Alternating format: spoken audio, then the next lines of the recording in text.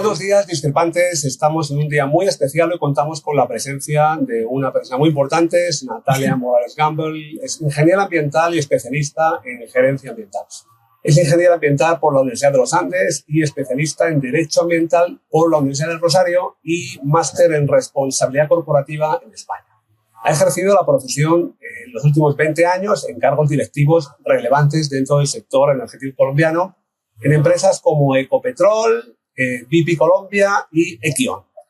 Desde esa experiencia de primera línea ha fundado su propia empresa recientemente, que es una consultora que se llama Sostenibilidad Humana y que es una propuesta que trabaja pues, básicamente por mejorar la sostenibilidad del sector que normalmente no es que tenga una especial buena fama, pero que ella nos va a explicar que todo es compatible y que todo se puede hacer de la manera correcta, de la manera correcta. Entonces, bueno, pues voy a presentarla directamente. Natalia, muy buenos días, gracias por estar con nosotros y encantado de tenerte en El Discrepante. Hola Marcial, buenos días, gracias por la invitación. Bueno, pues nada, como sabes, estamos en campaña política en Colombia. El fracking, que es un tema que tú manejas a la perfección, ha sido un invitado de última hora en la campaña, en la cual se ha hablado bastante. Y nada, pues quería que una experta como tú y que realmente eres una enciclopedia en la materia, pues nos explique de primera mano realmente qué es el fracking. Bueno, enciclopedia tampoco, pero tengo alguna experiencia que puedo contarles porque a veces en Colombia nos vamos al debate antes de entender la parte técnica y eso genera mucha confusión. Entonces, creo que sí es importante, primero que todo, entender qué es el fracking y pues después analizar toda su problemática.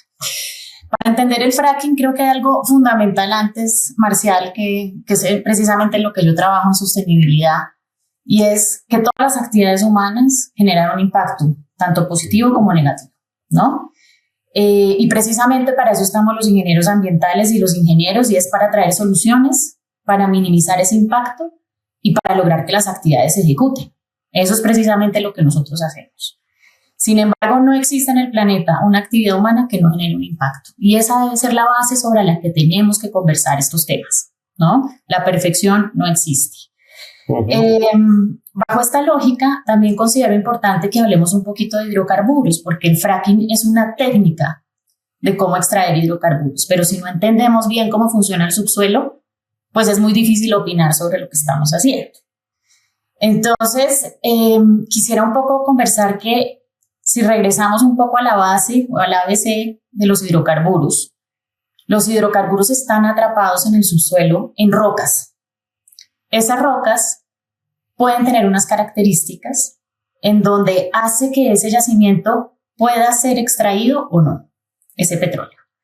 Entonces, lo que nosotros conocemos, que son los yacimientos convencionales, es petróleo y gas, que eso es el hidrocarburo, atrapado en rocas que tienen una permeabilidad. Entonces es, por ejemplo, como la piedra pómez, con la que nosotros a veces la usamos para bañarnos. Esa piedra es sumamente permeable y lo que permite es que el agua fluya. Eso mismo sucede con el hidrocarburo. Él va fluyendo en esas rocas y podemos extraerlo. Entonces, cuando uno perfora un yacimiento convencional, uno entra en esas rocas y por su presión natural el hidrocarburo empieza a salir. A veces también ponemos algunas ayudas mecánicas o bombas, pues para que sea más rápido y para que fluya más. Pero esa es la forma natural como se extrae, digamos, en un yacimiento convencional. ¿Qué es un yacimiento no convencional? Un yacimiento no convencional es ese hidrocarburo atrapado en rocas que están compactas o que tienen baja permeabilidad. Y eso lo que sucede es que si tú perforas un pozo, pues no fluye, el hidrocarburo quedó ahí atrapado. Entonces, para esa situación, y tenemos varios yacimientos a nivel mundial bajo estas características, hay una técnica que se inventó hace 80 años que se llama el fracking. Y el fracking lo que hace es, bajamos, digamos, a ese nivel de la roca. Nosotros acá en Colombia bajamos bastante profundo, bajamos más o menos 1.500, 2.000 metros. Bajamos a esa profundidad y al bajar a esa profundidad, a través de una inyección de un líquido, que ese líquido es 99% agua y arena y tiene algunos aditivos químicos que nos ayudan con bacterias, con corrosión, con temas de tuberías. Bajamos ese líquido a una presión muy alta para que se creen como unas microfisuras en esas rocas. Y esas microfisuras lo que hacen es lo que hace la piedra porosa. Permiten que ande el hidrocarburo, ya sea el gas o ya sea el petróleo, a través de esas fracturas. Lo que hace que esas fracturas no se cierren es la arena, por eso es que le inyectamos arena. La arenita uno la mete, se queda metida en esas microfracturas y empieza a fluir el hidrocarburo hacia arriba. Eso es lo que es el fracking. Por eso es que era importante tener toda la connotación de lo que estamos hablando, porque pues es importante. Un pequeño detalle a modo de curiosidad, ¿ese agua que se inyecta es agua dulce, agua salada o es indistinto? Digamos, es agua que sacamos de fuentes superficiales. O sea, no se podría sacar del mar, por ejemplo. Del mar no se podría sacar. Del mar no se podría, no. Okay. Porque el agua de mar es demasiado corrosiva. Entonces nosotros usamos agua dulce, pero esa agua se puede reutilizar en un 60%, ¿no? Que podemos hablarlo más adelante. Pero esa es la forma como opera el fracking. Entiendo. Y se habla mucho de fracking y evidentemente pues a los expertos, los que no lo somos, pues cometemos seguramente muchos errores, muchas equivocaciones. Háblame un poquito, por favor, de esos mitos y de esas realidades que tiene esta técnica realmente. Si es tan buena o es tan mala. Bueno, hay unos mitos. Yo quisiera hablar como de 3 mitos, más o menos, que son los que yo más escucho y veo en redes que se discuten, ¿no? El primero es como si fuera algo nuevo, ¿no? Como si fuera una nueva tecnología, el fracking. Entonces el fracking, qué horror, que el fracking lleva 80 años haciéndose, es una actividad que llevamos analizando hace 80 años a nivel mundial. Entonces ya tenemos demasiados aprendizajes de esta técnica y la tecnología ha venido evolucionando, por supuesto, para que esos impactos los podamos cada vez minimizar más. Incluso en Colombia, hace ya 40 años hacemos una técnica muy similar al fracking que se llama estimulación hidráulica.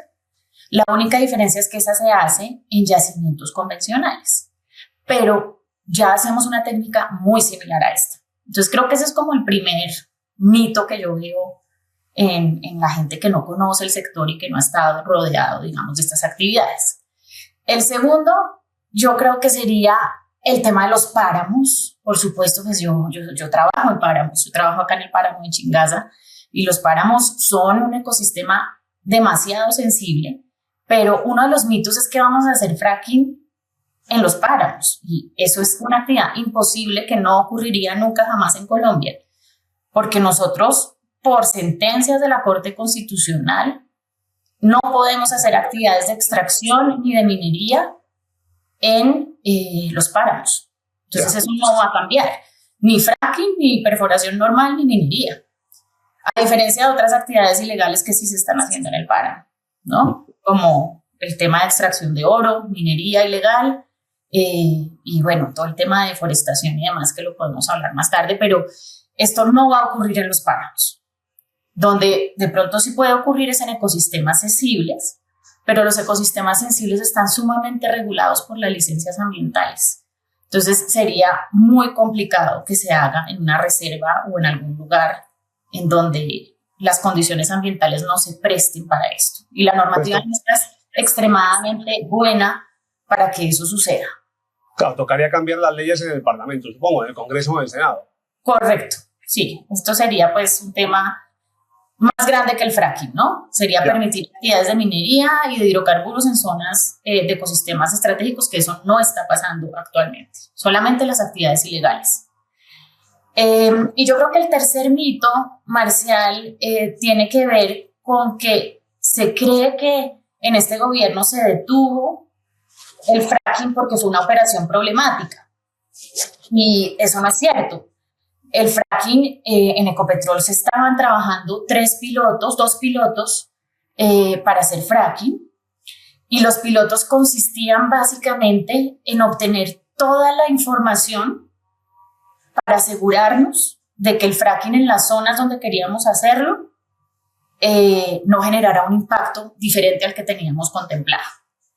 Entonces, esos pilotos, más que ya sacar los hidrocarburos per se como tal, eran pruebas para obtener información científica real de cómo se comportaba el fracking en el Magdalena Medio, por ejemplo.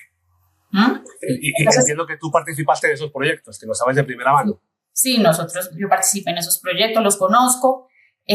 Por supuesto no estuve al frente, habían otras personas que estaban al frente, pero conozco la historia y conozco todo lo que sucedió frente a este tema. Tuvimos que ir varias veces al Congreso, explicar los temas con el Ministerio de Medio Ambiente, y digamos que el acuerdo al que se llegó es: hagamos unos pilotos para tomar información científica, entender muy bien los impactos y después sí tomar decisiones, que me pareció un tema muy acertado, porque era tomar decisiones basadas en ciencia. Y entiendo que esos proyectos se pararon por decisiones políticas. Por decisiones políticas, correcto. ¿Y qué justificación puede tener esa decisión política? Entiendo que no te puedes meter en la cabeza de los políticos, pero ¿qué les lleva a justificar algo que no está demostrado que es perjudicial para el medio ambiente? No lo sé, Marcial. esa parte política no la sé. Lo que sí sé es que pararon un trabajo que no iba a ser ya la perforación como tal y la extracción del hidrocarburo, sino que eran unos pilotos para que de ahí saliéramos a un licenciamiento para hacer la actividad. Voy a intentar buscar algún razonamiento. Los críticos del fracking entiendo que afirman que puede contaminar acuíferos y el resto de ecosistemas. Pero ¿hay evidencia científica de que esto sucede así en el 100% de los casos o no necesariamente? Pues como te comenté, Marcial, las actividades todas tienen impactos y el fracking tiene impactos. Los impactos principales del fracking son: hay un riesgo hídrico, definitivamente, y es en el subsuelo. Tenemos acuíferos que están en el subsuelo que podrían contaminarse si la actividad se hace mal. Sin embargo, para darte ejemplos, los acuíferos nuestros están más o menos entre 200, 300 metros de profundidad. El fracking se está haciendo a 1.500, 2.500 metros. Estamos mucho más abajo, más de 1.000 metros abajo de los acuíferos. Y para eso hay unos controles que nosotros tomamos asociados a cómo, digamos, ese conducto de perforación lo aislamos del suelo para que no vaya a haber, digamos, una fuga de esa agua. Y para eso precisamente eran las pruebas pilotos de hacer monitoreos, de revisar y de asegurar, ¿no? Otro tema que tenemos es la sismicidad inducida. Sí es cierto que también uno de los impactos que puede ocurrir es que se haga el fracking en donde puedan activarse fallas geológicas que estén desactivadas, que las pueda activar esta actividad. Para eso lo que uno hace es poner un monitoreo continuo de sismicidad y en el momento en que se prenda una alerta se suspende la actividad. Y eso era parte también de lo que teníamos instalado.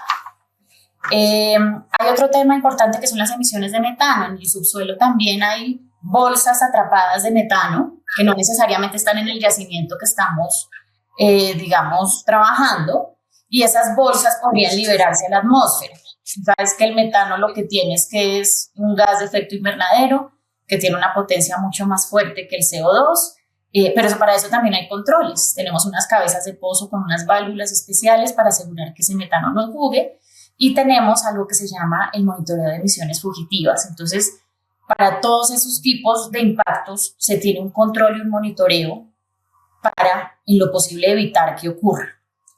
Y tal vez el último impacto asociado con tu pregunta, pues es que utilizamos agua, ¿no? Que fue lo primero que me preguntaste en la primera pregunta.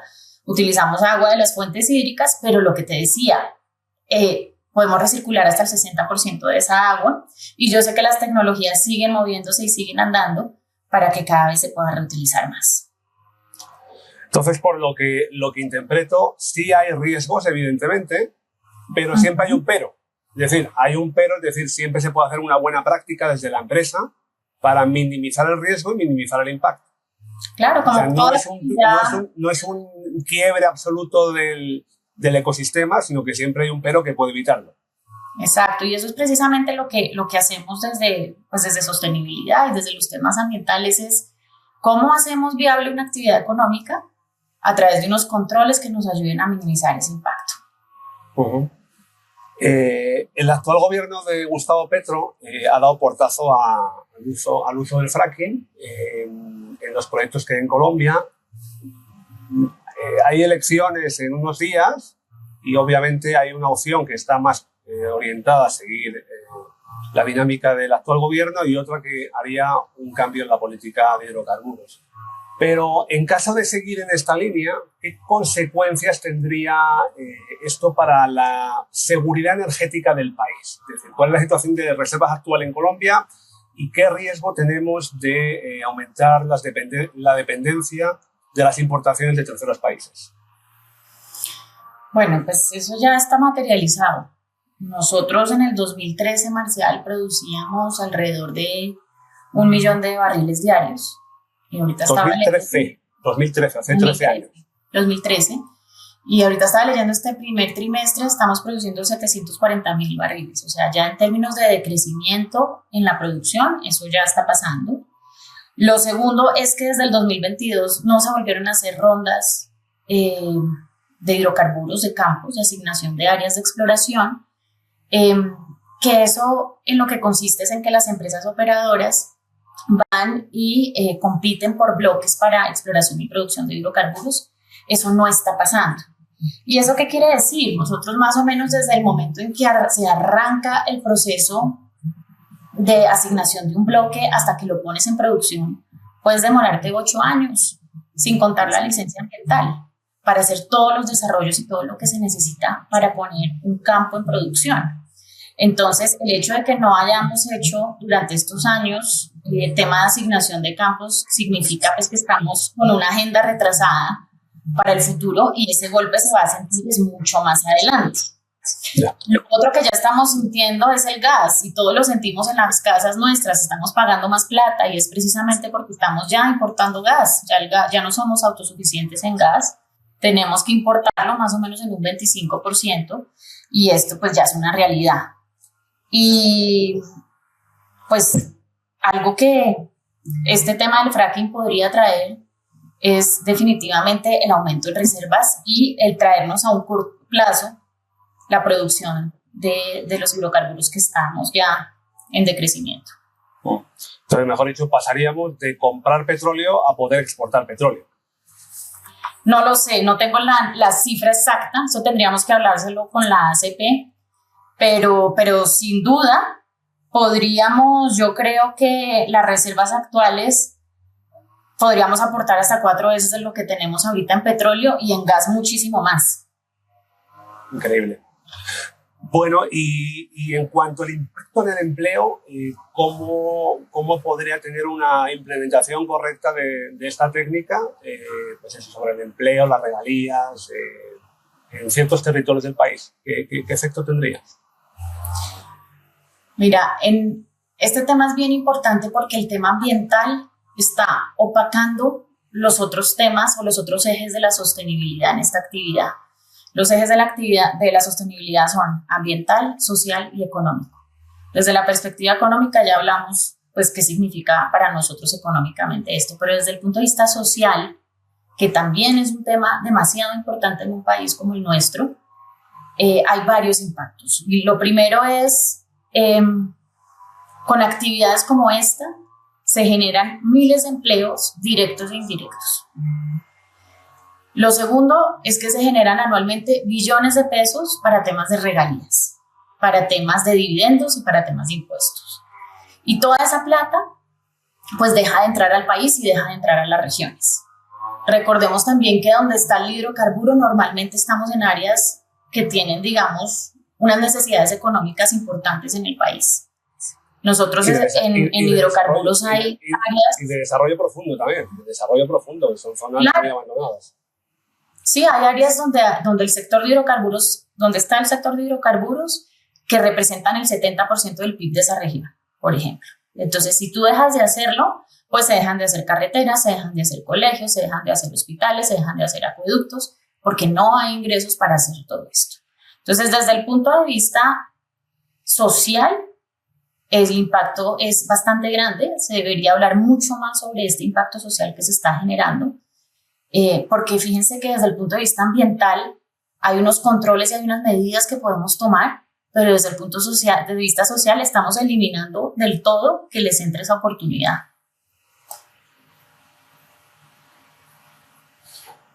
me entran muchas dudas y me entran, bueno, mejor dicho, me entran muchas clarividencias con lo que me dices de suspender ciertas exploraciones en ciertos territorios, ¿no? O sea, realmente es dejar más abandonada a la gente de lo que está. Pero bueno, esta es una opinión mía personal.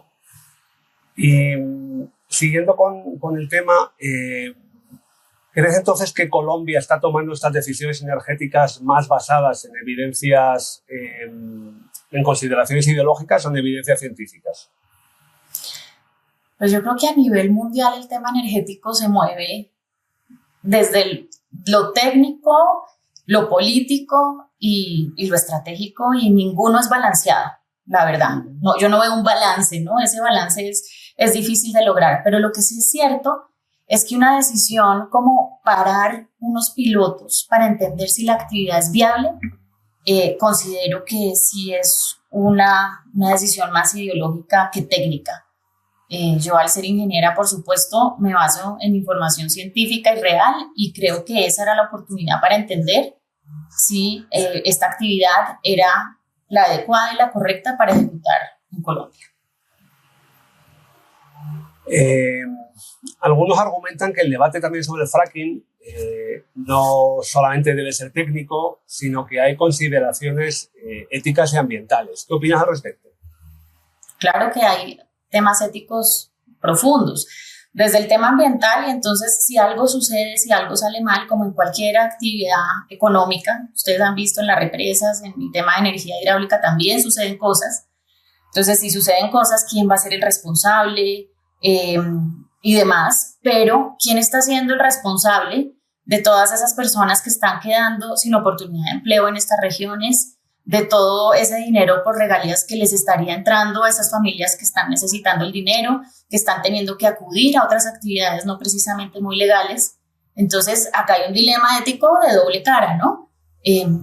Creo que el ejercicio que uno tiene que hacer como humano y pensando en la sostenibilidad es cómo damos un balance y cómo tomo mis decisiones sabiendo que hay unos impactos sociales, unos impactos económicos y ambientales, y tomar una mejor decisión. Ya estamos prácticamente terminando la entrevista, pero tengo una curiosidad que sería, si tú tuvieras la potestad de dirigir la política económica, ¿qué política energética ideal verías para Colombia en los próximos 10 años?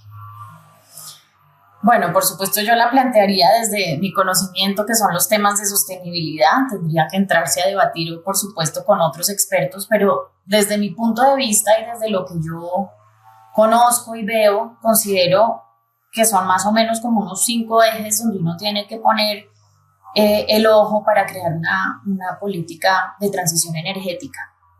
Lo primero es, yo le digo como un puente energético, no podemos cancelar y frenar la actividad de la principal fuente de energía que tenemos, que son los hidrocarburos, sin haberla reemplazado.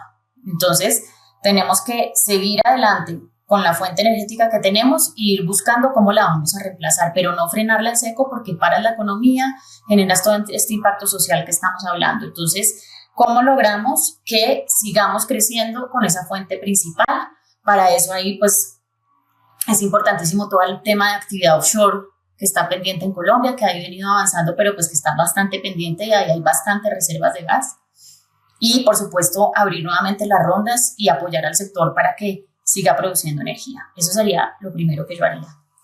Lo segundo que yo diría es este tema del fracking. Tomemos las decisiones basadas en información comprobada y real a través de los monitoreos de los pilotos. Entonces, activaría y apoyaría a los pilotos para posteriormente tomar decisiones de dónde sí y dónde no se realizaría el fracking. Ese sería lo segundo que yo creo debería estar en una política responsable. Por supuesto, las energías renovables. En Colombia, digamos, en La Guajira principalmente y en el Caribe, tenemos la oportunidad de mover todo el tema de energía solar y eólica, y creo que hemos hecho proyectos pero muy pequeños. Ahí hay bastante inversión por hacer, y es un sector que podemos empezar a movilizar, el tema de los renovables. Una política de Estado que debería haber, tanto para industria como para Estado, para todos, es la eficiencia energética. Entre menos consumo, mejor. Entonces, ¿cómo logramos eficiencia energética en los hogares, en las industrias y en los diferentes lugares para que haya menor consumo? Y frente a lo que veníamos hablando contigo, que para mí es tal vez uno de los pilares que está cojo en esta política de transición energética, es el tema social.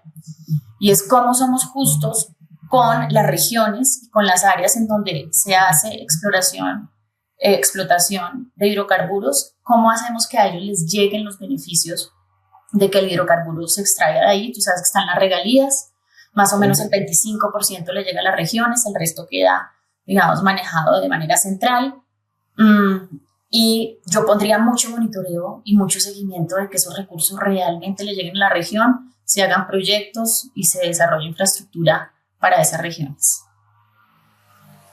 Sí, sí, no hay de otra, y en la teoría suena bien, en la práctica vemos que el descenso del hidrocarburo en ciertos territorios, en ciertas áreas que no son muy accesibles en el país, lo que está disparando también es la minería ilegal y el narcotráfico, ¿no? O sea, se está sustituyendo la economía del hidrocarburo por otras que son bastante más ilícitas, ¿no? Es una lástima, vamos a ver cómo evoluciona esto. Pues nada, agradecerte tu presencia esta mañana en el programa. No sé si quieres decir algo más o te has dejado algo en el tintero para despedirnos. No, tal vez de ese último que tú mencionaste, y es algo que se nos olvida, y es cuando prohibimos las actividades, entonces la ilegalidad se sube, entonces empieza la minería ilegal a subir, empieza pues todo este tema de deforestación que está ocurriendo, está cocinando las familias con madera nuevamente. Entonces yo pienso que el no rotundo no nos ayuda. Considero que hay que empezar a abrir la puerta, hacerlo de manera responsable, traer la mejor tecnología, traer buenas empresas. Ecopetrol sabe hacerlo, Ecopetrol ha hecho fracking en Estados Unidos. Nosotros hemos manejado tecnología de punta acá en Colombia en el sector de hidrocarburos, y se tiene la tecnología y podemos traernos buenos partners de nivel internacional que nos ayuden a que estas actividades se hagan de manera correcta. Pero cuando las actividades se cancelan, la ilegalidad aumenta, y al aumentar la ilegalidad aumenta el impacto ambiental. Y eso lo vemos acá. Yo vivo acá en el páramo, para que sepas, Marcial, y acá uno ve cómo en el páramo las actividades que dañan el páramo son la agricultura ilegal, donde están haciendo sembrados de papa en zonas donde no se pueden hacer, y donde hacen deforestación para temas que no son de industria o que no son, digamos, legales. Bueno, veremos cómo evoluciona la cosa. Como digo, en unos días hay elecciones a la presidencia. Si te parece, te emplazo a dentro de un año y vemos cómo se están implementando las políticas nuevas del nuevo gobierno, y si hay algún tipo de rectificación, seguimos en esta línea. Bueno, Natalia, muchas gracias por estar hoy con nosotros, y nada, hasta la próxima. Muchas gracias. Un abrazo. Esta es tu casa, y nada, al resto de la audiencia les emplazo a un siguiente episodio. En próximos días hablaremos de otros temas importantes para el interés de los colombianos y de los hispanoamericanos en general. Saludos y gracias.